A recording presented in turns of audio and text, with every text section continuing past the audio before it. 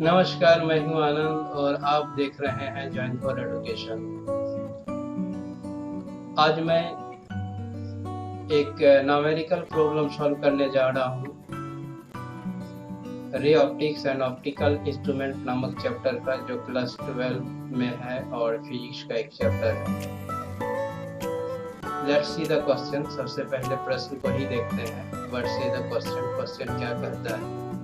Question को देखने के बाद एक डेटा प्रिपेयर करते हैं और एक रे डायग्राम प्रिपेयर करते हैं।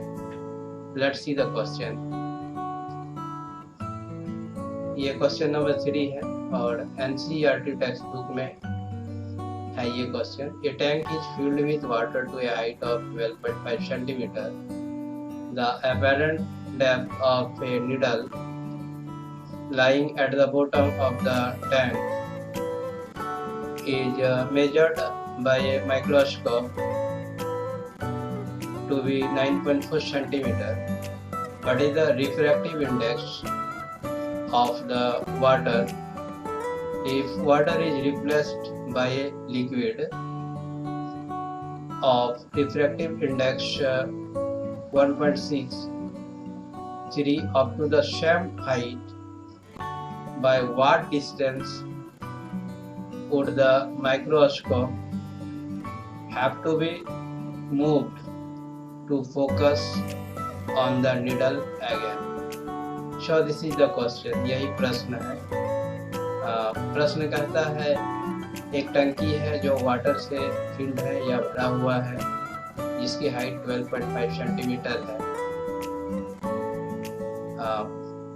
टैंक के बॉटम में एक नीडल है और इसको माइक्रोस्कोप से देखने पर इसका एपेरेंट डेप्थ जो है 9.4 सेंटीमीटर दिखता है। तो कहता है कि what is the refractive index of the water.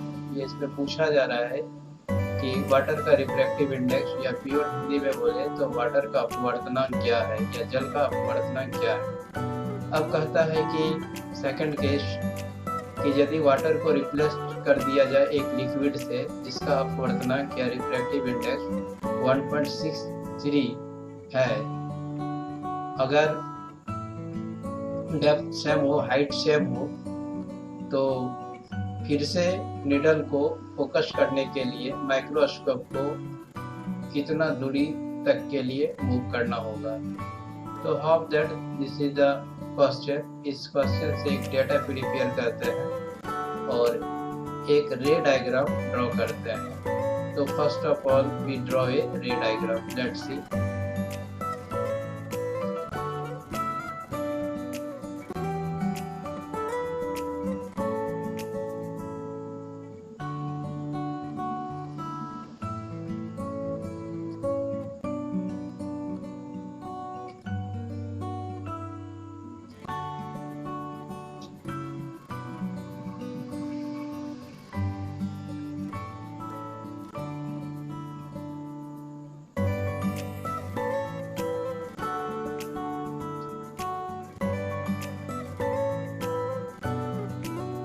ये आपका एक टैंक है जो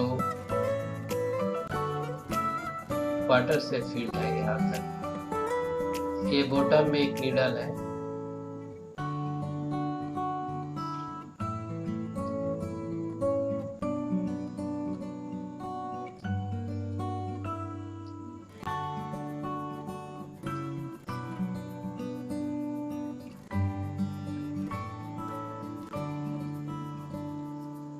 ये आपका रे नीडल से एक्चुअली में ये वाटर है, यहाँ पर एयर है। तो मूव बियॉन्ड द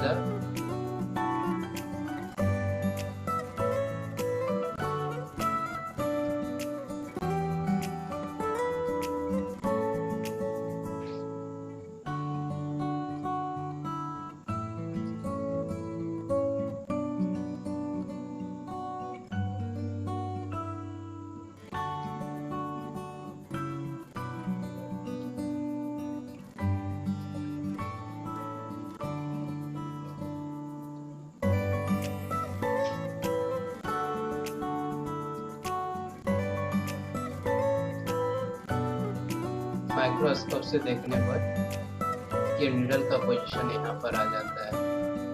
तो हम ऐसे कह सकते हैं कि this is the apparent depth and this is the real depth.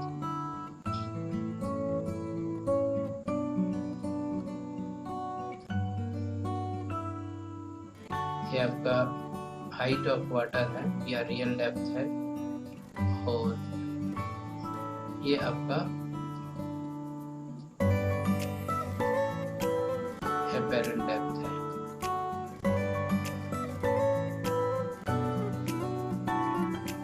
This is the relevant ray diagram according to the question. Question के अनुसार ये आपका रिलेवेंट रे डायग्राम है। This is the needle lying at the bottom, और ये आपका after the reflection microscope से जब इसको देखा जा रहा है तो ये नीडल यहाँ पर दिखता है। इन केस ऑफ वाटर और वही फिर होगा इन केस ऑफ लिक्विड होगा, दो केस होगा। तो यही आपका रिलेवेंट या आपका रिलेवेंट रे डायग्राम होगा इस क्वेश्चन के लिए। अब हम लोग रिकॉल करेंगे कि refractive index equal to what, तो real depth by apparent depth होता है। रिफ्रैक्टिव इंडेक्स ऑफ वाटर और refractive index of liquid equal to real depth by apparent depth. आइए एक एक करके देखते हैं solution.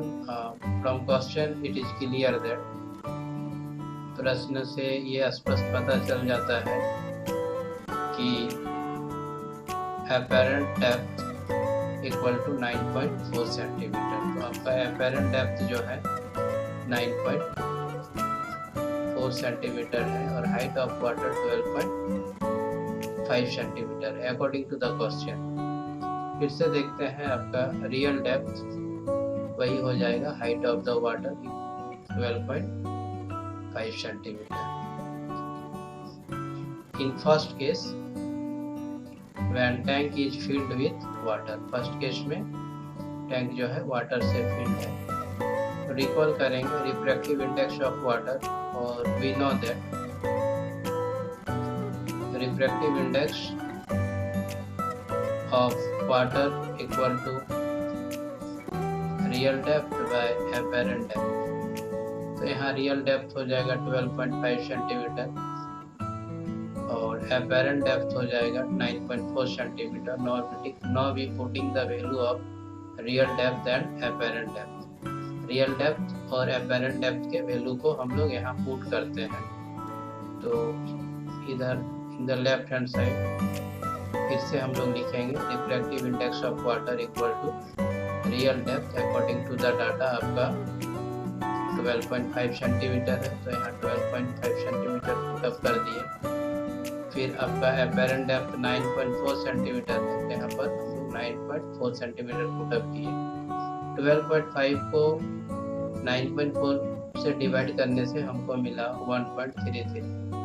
So this is the refractive index of the water. यही आपका वाटर का रिफ्रैक्टिव इंडेक्स हो जाएगा जो क्वेश्चन में पूछा भी जा रहा था। फिर देखिए सेकंड केस में कंसिडर करते हैं। In the second case, when tank is filled with liquid, second case में बोल रहा है कि टैंक जो है लिक्विड से भरा हुआ है। तो फिर again we write down know that, फिर से रिकॉल करते हैं रिफ्रैक्टिव इंडेक्स ऑफ, यहाँ पर लिखेंगे लिक्विड इक्वल टू फिर से हो जाएगा real depth by apparent depth. तो क्वेश्चन कहता है कि there is no change in the real depth. Real depth में कोई चेंजिंग नहीं है। अब एपेरेंट डेप्थ फाइंड आउट करेंगे। Refractive index of the liquid भी क्वेश्चन में है। तो we putting the value of refractive index of the liquid according to the question, that is 1.63 और रियल डेप्थ भी according to the question 12.5 centimetre. तो यहाँ पर अब what is the apparent depth. तो according to the simple calculation we write down apparent depth equal to 12.5 by 1.63. So therefore apparent depth equal to 12.5 by 1.63. अगर 12.5 को 1.63 से हम डिवाइड करते हैं तो हमको मिलता है 6.67 सेंटीमीटर। तो अब जो है आपका नीडल का जो पोजीशन एपेरेंट डेप्थ जो हो जाएगा 6.67 सेंटीमीटर। तो अब माइक्रोस्कोप को कितना मूव करना होगा, तो let's see. Required distance would the microscope have to be moved to focus the needle, again equal to 9.4 centimetre minus 6.67 centimetre. तो इसको सब्ट्रैक्ट करते हैं तो हमको मिल जाता है 1.73 सेंटीमीटर। तो ये इस तरह से एग्जैक्ट आंसर हो जाएगा फॉर सेकंड केस। फर्स्ट हमको पूछा था what is the refractive index of the water, हम लोग फाइंड आउट कर लिए।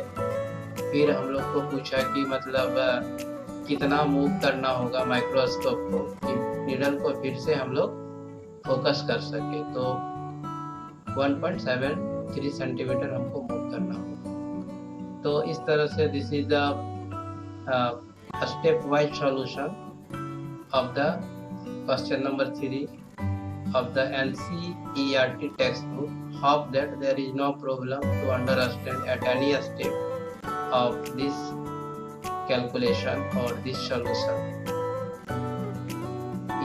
ये आपका कक्षा 12 में अवेलेबल है। इस एग्जाम्पल का उपयोग करके इस तरह के अन्य जो है अदर न्यूमेरिकल प्रॉब्लम को सॉल्व किया जा सकता है। ये सॉल्यूशन जो है एक बेसिक कंसेप्ट के जैसा वर्क करेगा और कक्षा 12 में अध्ययन करने वाले जो विद्यार्थी इसको देख रहे होंगे या देखेंगे उनके लिए ये उपयोगी होगा। Hope that the students who are studying in class 12 and watching this solution will be useful to them, and all other audience who are interested in physics also useful to them। और वैसे श्रोता जो physics में रुचि रखते हैं और इस solution को देख रहे होंगे तो उनके लिए भी ये उपयोगी होगा। तो आप हमारे साथ इस सॉल्यूशन के लास्ट स्टेप तक बने रहे, उसके लिए मैं आपको धन्यवाद देता हूँ and thanks to all of you. अगर फिर इस तरह का और आपको सॉल्यूशन चाहिए तो हमारे YouTube चैनल में विजिट करें। मेरा एक ब्लॉग भी है जिसका नाम है anandprajapati.blogspot.com। फेसबुक में एक पेज भी है जो जॉइन फॉर एजुकेशन के नाम पर अवेलेबल है। तो इस तरह से आप मेरे YouTube चैनल या फिर फेसबुक पेज में जाकर के या फिर मेरे ब्लॉग में जाकर के इस तरह के बहुत सारे स्टडी मटेरियल अवेलेबल है, वहाँ से आप बेनिफिट ले सकते हैं। और आप अपने रिक्वायरमेंट को हमारे YouTube के कमेंट बॉक्स में लिखें। हमें समय मिलते ही मैं आपके प्रश्न को हल करने का प्रयास करूंगा और करने के बाद मैं अपलोड कर दूंगा। पुनः मैं आनंद आप सबों को धन्यवाद देता हूं कि आप हमारे इस सॉल्यूशन को स्टेप वाइज देखें और आशा करता हूं कि आपको ये सॉल्यूशन एक बेसिक कंसेप्ट के जैसा वर्क करे और लाभ हो जाए। Once again I thanks to all of you. Thank you very much.